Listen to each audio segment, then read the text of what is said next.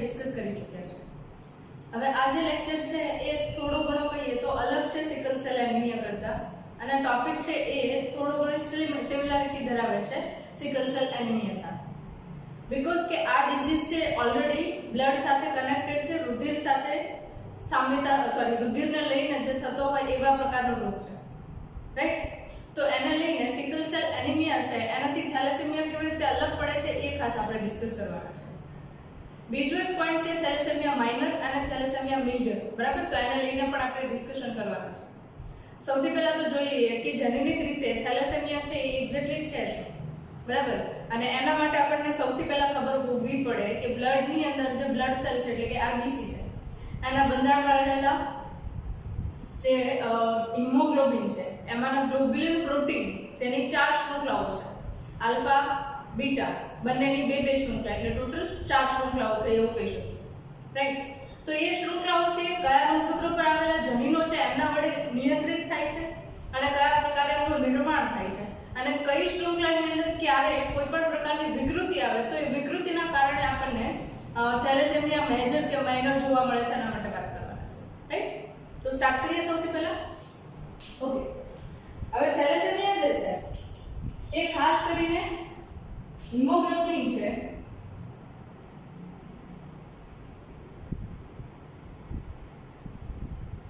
બરાબર, એના માટે રહેલી 4 શૃંખલાઓ, બરાબર? કેટલી શૃંખલા છે હિમોગ્લોબિનમાં? તો કે ગ્લોબિન છે એની અંદર એક પ્રોટીનિયસ ભાગ છે અને ગ્લોબિન છે એ લગભગ 4 શૃંખલાઓ ધરાવે છે. એમાં એક શૃંખલા છે એને આપણે કહીએ છીએ આલ્ફા શૃંખલા, એટલે કે આલ્ફા ચેઇન, અને બીજી છે એને આપણે કહીએ છીએ બીટા શૃંખલા, એટલે કે બીટા ચેઇન, બરાબર? એટલે આલ્ફા શૃંખલા અને બીટા શૃંખલા આવી રીતે બેની અંદર આપણે ડિવાઇડ કરીએ છીએ કીધું એ મુજબ. અને આગળના લેક્ચરની અંદર ઓલરેડી આપણે આરબીસી છે એના બંધારણની અંદર જે હિમોગ્લોબિન છે એના માટે થોડું ઘણું ડિસ્કશન કરી ચૂક્યા છે, બરાબર? પોર્ફાયરિન રિંગ હોય અને એની સાથે 4 શૃંખલાઓ જોઈન્ટ થયેલી હોય, જેમાંની 2 છે એ આલ્ફા શૃંખલા કહી શકીએ, 2 છે એ બીટા શૃંખલાઓ કહી શકીએ, રાઈટ? તો અહીંયા આગળ મેં કીધું એ મુજબ 2 આલ્ફા શૃંખલા છે એટલે 2 આલ્ફા શૃંખલા લખીશું અહીંયા આગળ, બરાબર? અને બીજું અહીંયા આગળ કેટલી શૃંખલા છે બીજા? તો કે બીટા શૃંખલા છે એ પણ 2 છે, બરાબર? આ પહેલી આલ્ફા શૃંખલા, આ બીજી આલ્ફા શૃંખલા, આ પહેલી બીટા શૃંખલા અને આ બીજી બીટા શૃંખલા, રાઈટ? તો આ જે છે એ હિમોગ્લોબિનમાં જે ગ્લોબ્યુલિન પ્રોટીન વાળો ભાગ છે, બરાબર? એના બંધારણ માટે જરૂરી ઘટક છે, એના માટે આપણે વાત કરવી છે. હવે વાત કરવાની છે કે જનીન છે, કયા જનીન છે અને કયા રંગસૂત્ર પર આવેલા જનીનો છે કે જેમના વડે આલ્ફા શૃંખલા અને બીટા શૃંખલા માટે જરૂરી એમિનો એસિડ છે એના કોડ હોય છે.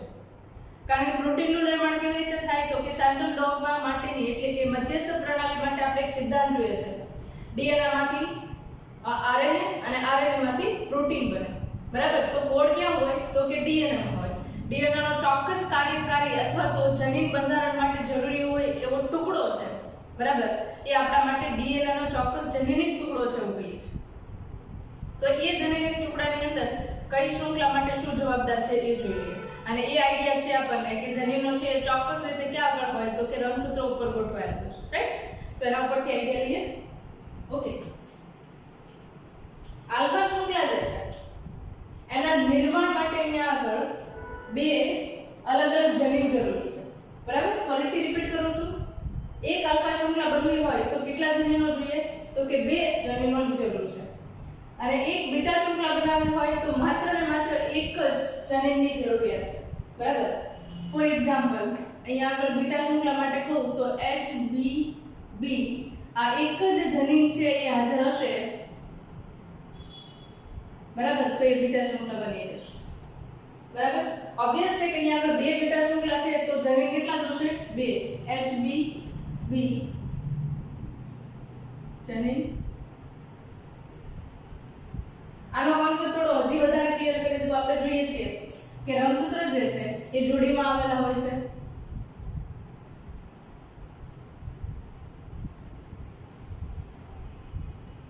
રાઈટ? તો કયા નંબરની પેર છે કે જેની અંદર બીટા શૃંખલા માટેના બંને જનીનો હાજર છે? તો કે અહીંયા આગળથી આ જનીન છે એના માટેની આ પોઝિશન છે ધારો કે ત્યાં આગળ હાજર છે અને આના માટે ધારો કે સેમ પોઝિશન પર જનીન હાજર છે. થઈ ગયું અહીંયા આગળ ક્લિયર? બે બીટા શૃંખલા માટે બે જનીનો બંને રંગસૂત્રની સમજાત જોડી છે ત્યાં આગળ સમાન લોકાઈ પર હાજર છે. બરાબર? આ ક્લિયર છે ઓલરેડી તમને. લોકાઈ શું છે એ ઓલરેડી આપણે જોઈ ચૂક્યા છે. રાઈટ? ઓકે. આ પછી યાદ રાખવું કે 11માં રંગસૂત્રની જોડ પર બીટા શૃંખલા માટેના જનીન છે હાજર છે. Is that clear? બરાબર? 11માં રંગસૂત્ર પર 11મું રંગસૂત્ર એટલે દૈહિક રંગસૂત્ર થયું. 11માં રંગસૂત્ર પર બીટા શૃંખલા બનવા માટે જરૂરી એવા જનીન HBB જોડમાં રહેલા છે. સમજાત રંગસૂત્ર પર આવેલા છે એટલે આ રીતે આપણે દર્શાવી શકીએ. રાઈટ? નેક્સ્ટ એના પછી બીટા શૃંખલા માટે વાત કરીએ. તો એક બીટા શૃંખલા માટે આપણે વાત કરી લીધી, આલ્ફા શૃંખલા માટે વાત કરીએ. તો અહીંયા આલ્ફા શૃંખલાને લઈને એક વસ્તુ ક્લિયર કરીએ. જો એક આલ્ફા શૃંખલા બનાવવી છે તો એના માટે જરૂરી એવા જનીન કેટલા છે? તો કે બે જનીન છે. ખાસ યાદ રાખજો. બીટા શૃંખલા બનાવવા માટે કેટલા જનીનની જરૂર હતી? તો કે એક બીટા શૃંખલા બનાવવી છે તો માત્ર એક જ જનીનની રિક્વાયરમેન્ટ છે. પણ અહીંયા આગળ જો આલ્ફા શૃંખલા બનાવવી છે તો એક આલ્ફા શૃંખલાના નિર્માણ માટે અહીંયા આગળ બે જનીનની રિક્વાયરમેન્ટ છે. એટલે ટોટલ થશે 4 જનીન. કેવી રીતે એ જોઈએ. બરાબર? ઓકે. અહીંયા આવશે હિમોગ્લોબિન HbA1 આ એક જનીન થયું અને HbA2. જ્યારે આ બે જનીન છે અહીંયા આગળ ત્યારે એક શૃંખલા બનાવશે જેને આપણે કહીશું એક આલ્ફા શૃંખલા. બરાબર? સેમ એ જ રીતે બીજી આલ્ફા શૃંખલાની જરૂર છે તો HbA1 અને HbA2 આ રીતે બે મને અહીંયા આગળ જરૂરિયાત રહેશે. બરાબર? અને બંને જનીનો છે એ ભેગા થઈને શું બનાવશે? તો કે એક જ શૃંખલા આલ્ફા શૃંખલા. બરાબર? ઓકે. તો આલ્ફા શૃંખલા છે એના માટેના જનીનો છે કયા રંગસૂત્રની જોડ પર આવેલા છે એ પણ ક્લિયર કરી લઈએ. રંગસૂત્ર છે એ જોડીમાં છે અને જોડમાં રહેલા રંગસૂત્ર કેવા હોય? તો કે એને આપણે સમજાત રંગસૂત્રો કહી શકીએ. હોમોઝાઇગસ ક્રોમોસોમ. રાઈટ? હવે એના ઉપર જનીનો દર્શાવી દઈએ. HbA1 અહીંયા આગળ HbA1 અહીંયાનું આ જનીન અને અહીંયાનું આ જનીન HbA1. રાઈટ? બીજું જનીન છે એ ધારો કે અહીંયા આગળ આવેલું છે. મને એક્ઝેક્ટ પોઝિશન નથી ખબર કે રંગસૂત્ર પર કયા સ્થાન ઉપર કઈ લોકસ પર એક્ઝેક્ટલી રંગસૂત્ર પર જનીન આવેલું છે. બરાબર? આ એઝમ્પશન છે, આપણી ધારણા છે કે આ રીતે આવેલા છે. બરાબર? ઓકે. બીજું જનીન HbA2. રાઈટ? અહીંયા આગળ HbA2 થઈ ગયા. ટોટલ 4 જનીનો બે રંગસૂત્રો પર આવેલા 4 જનીનો છે એ ભેગા મળીને બે આલ્ફા શૃંખલાનું નિર્માણ કરે છે. અને આ રંગસૂત્રની જોડ કઈ છે? તો કે આ રંગસૂત્રની જોડ છે એ દૈહિક રંગસૂત્ર 16 નંબરની જોડ.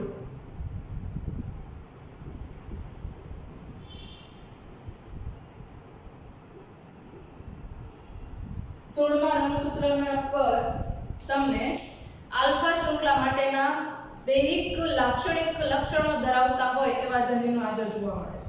બરાબર? અને કયા થયા? તો કે આ થયા. આ રીતે આને આપણે રંગસૂત્ર સ્વરૂપની અંદર પણ દર્શાવી શકીએ છીએ. હવે એક્ઝામ્પલ જોઈએ કે થેલેસેમિયા શું છે. બરાબર? ઓબ્વિયસ છે કે આ ડિસઓર્ડર છે શેનો છે? રુધિરને લઈને છે.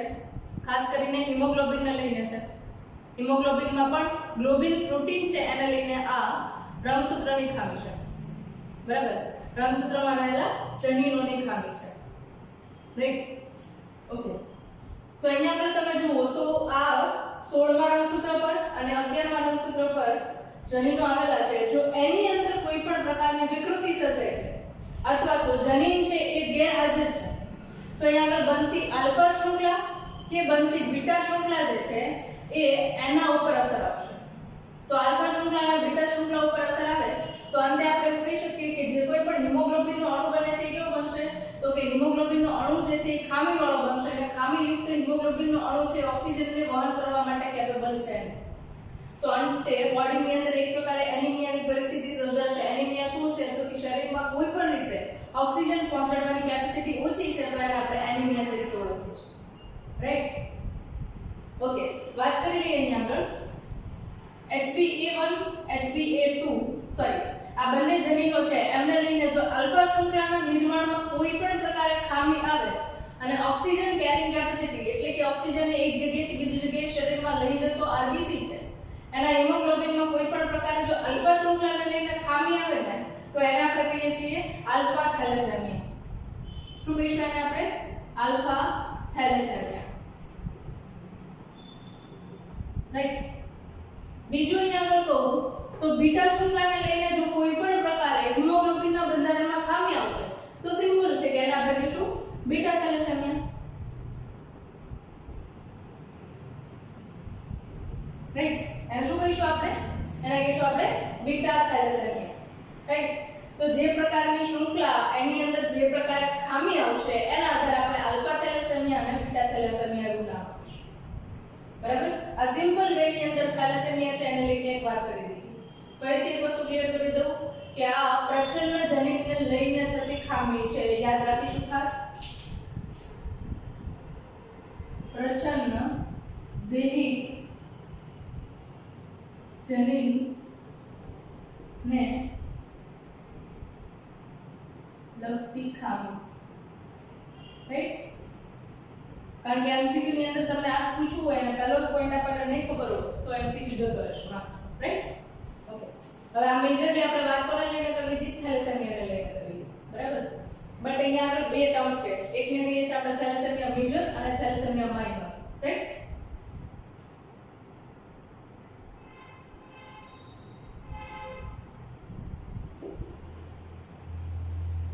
બીજું છે એને કહીએ છીએ આપણે થેલેસેમિયા માઇનર. થેલેસેમિયા મેજર કોને કહીશું? જ્યારે અહીંયા લખેલા બંને જનીનો છે કે જે બે બીટા શૃંખલાઓ બનાવે છે એ બંને જનીનો છે એ ખામીયુક્ત છે અથવા તો બંને જનીનો છે એ ગેરહાજર છે, જેના કારણે અહીંયા આગળ મોટા ભાગે બીટા શૃંખલા છે એ ગેરહાજર હોય અથવા તો ખામીયુક્ત હોય. ઓબ્વિયસ છે કે બંને શૃંખલાની અંદર ખામી હશે તો હિમોગ્લોબિનનું બંધારણ છે એ ખામીયુક્ત હશે અને આરબીસી ની અંદર રહેલા જેટલા પણ હિમોગ્લોબિન છે બધા જ ખામીયુક્ત હશે.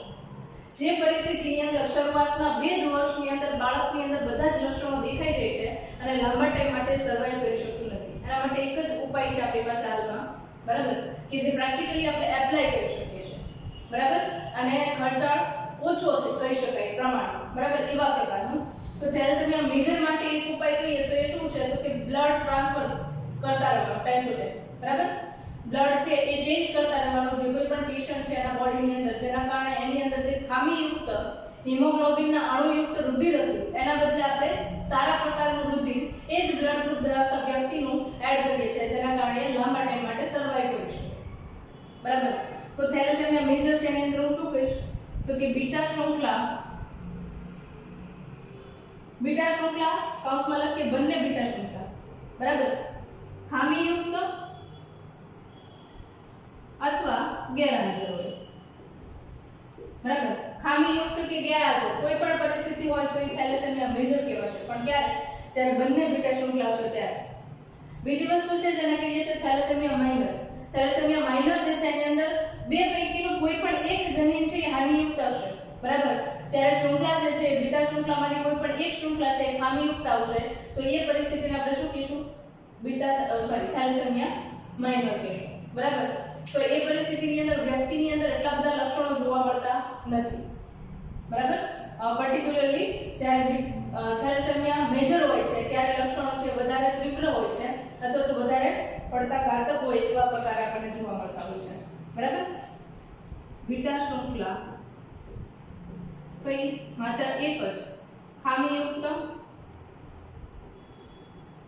અથવા ગેરહાજર, બેમાંથી એક હશે તો પણ આપણું કામ થોડા ઘણા પ્રમાણની અંદર ચાલી જશે, પ્રોબ્લેમ નહીં આવે. પણ જ્યારે બંને નથી ત્યારે મેજર પ્રોબ્લેમ થશે. એવા પ્રકારના વ્યક્તિ છે એ લાંબો ટાઈમ માટે સર્વાઈવ કરી શકતા નથી, બરાબર? ઓકે, તો આ જે છે થેલેસેમિયાને લઈને આખો ટોપિક છે એ આપણે ક્લિયર કરી દીધું. પણ હવે વંશાવલી પૃથ્થકરણને લઈને પેડિગ્રી એનાલિસિસને લઈને કોઈ પણ પ્રકારના એક્ઝામ્પલ્સ પૂછાય તો એક્ઝામ્પલ્સ છે કેવી રીતે આપણે સોલ્વ કરશું, રાઈટ? તો એના ઉપર થોડું ધ્યાન આપી દઈએ. ખાસ કરીને પરિસ્થિતિ છે થેલેસેમિયાની મેજર આવવા માટે કઈ લાક્ષણિકતા છે એ જોઈએ. બરાબર?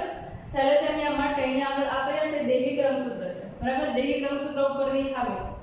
તો એને લઈને હું અહીંયા આગળ ઓટોઝોમ્સ માટે એ લખું છું કારણ કે જોડમાં હોય છે. બરાબર? Thalassemia T capital T. Okay, પહેલા આપણે એક કામ કરીએ. કઈ કઈ પરિસ્થિતિ કહી શકાય? વાહક કહી શકાય, સામાન્ય કહી શકાય કે રોગિષ્ટ કહી શકાય એ આપણે સમજી લઈએ થોડું. બરાબર? જ્યારે આ રીતે લખી કેપિટલ એ કેપિટલ ટી એનો મતલબ સામાન્ય વ્યક્તિ. આની અંદર સ્ત્રી અને પુરુષની અંદર કોઈ પણ પ્રકારનો અલગતાપણું જોવા મળશે નહીં કે ક્રિસ ક્રોસ ઇનહેરિટન્સ જોવા મળશે નહીં કારણ કે આ લિંગી રંગસૂત્ર એટલે કે એક્સ રંગસૂત્ર સંલગ્ન ખામી નથી. રાઈટ? તો સામાન્ય વ્યક્તિ બરાબર જેને કોઈ પણ પ્રકારની ખામી નથી એ ટી એ સ્મોલ ટી. આ વ્યક્તિ છે એને લગભગ ખામી નથી પણ એ ખામી જે છે એને આગળ ઉપર વહન કરવા માટે સક્ષમ છે. શું છે? તો કે પોતાની અંદર છે નહીં પણ આગળની સંતતિ જે છે એની અંદર વહન કરી શકે છે. બરાબર? તો આ જે છે એને આપણે કહીશું વાહક વ્યક્તિ. બરાબર? બીજું છે એને કહીએ છે સ્મોલ ટી સ્મોલ ટી. આ ઓલરેડી તમને આઈડિયા છે. આને શું કહેશું આપણે? રોગિષ્ટ પર્સન, રોગિષ્ટ વ્યક્તિ.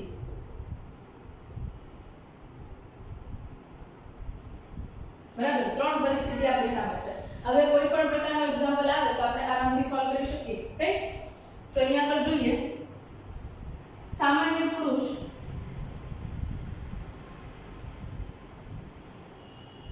ના મેરેજ જ્યારે વાહક સ્ત્રી સાથે થાય છે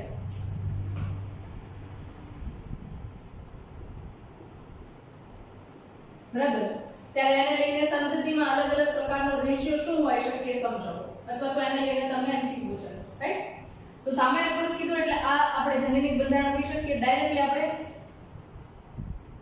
આપણું જે યુનિટ સ્ક્વેર છે એની અંદર જ મૂકી દઈએ આપણે જન્યુ. બરાબર? સામાન્ય પુરુષ છે તો એના માટે શું આવશે? તો કે કેપિટલ એ કેપિટલ ટી. રાઈટ?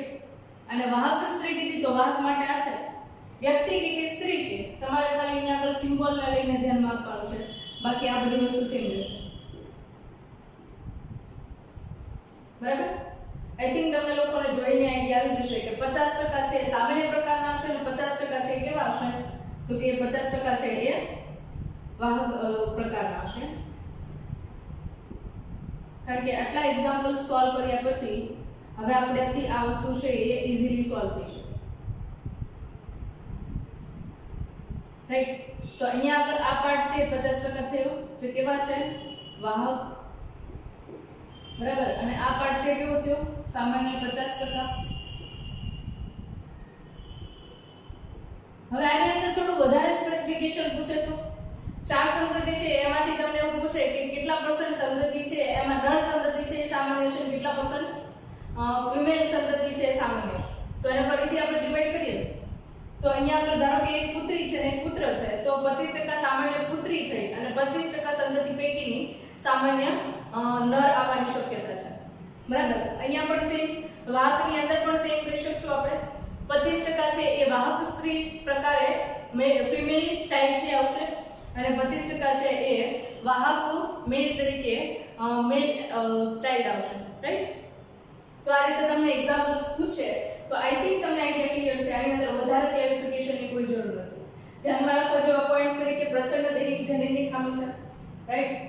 બીજી વસ્તુ અહીંયા આગળ આ રીતે જનીન છે એ તમને યાદ હોવા જોઈએ કે એક શૃંખલા બનાવવા માટે બે જનીન છે એટલે ટોટલ 4 શૃંખલા બે શૃંખલા બનાવવા માટે 4 જનીન આવશે આલ્ફા શૃંખલા માટે અને બે બીટા શૃંખલા બનાવી છે તો માત્ર 2 જ જનીન આવશે. રાઈટ? પછી એને લઈને thalassemia minor, thalassemia major, beta thalassemia શું છે, આલ્ફા થેલેસેમિયા શું છે અને એને લઈને એક્ઝામ. એની સાથે તમારો ટોપિક છે કમ્પ્લીટ થઈ ગયું. બરાબર? છતાં પણ જો કંઈક સમજાતું ન હોય, એમસીક્યુ સોલ્વ નથી થતા તો મેલ આઈડી પર મેલ કરી શકો છો અથવા તો કમેન્ટ્સ બોક્સમાં કમેન્ટ કરી શકો છો. ટ્રાય કરીશ કે તમારા કમેન્ટ્સના આન્સર આવશે. રાઈટ?